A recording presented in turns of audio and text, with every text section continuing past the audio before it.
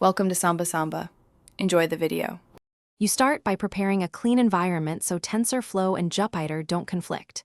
First, activate your virtualenv or conda-env. This keeps packages isolated. Once activated, run pip install upgrade pip, then pip install Jupyter ipykernel.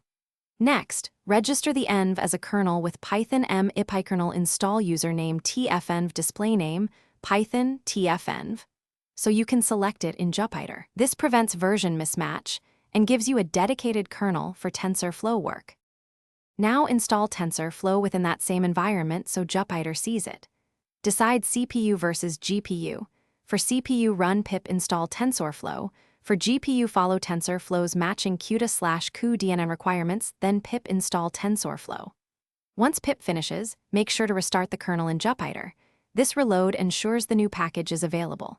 In a new notebook cell, run import TensorFlow as TF and print TF version to confirm successful installation and that the kernel points to the env with TensorFlow. Finish by running a minimal TensorFlow example to validate everything. Create TF constant, run a short computation and print results. If import fails, make sure the notebook kernel matches the environment where you installed TensorFlow.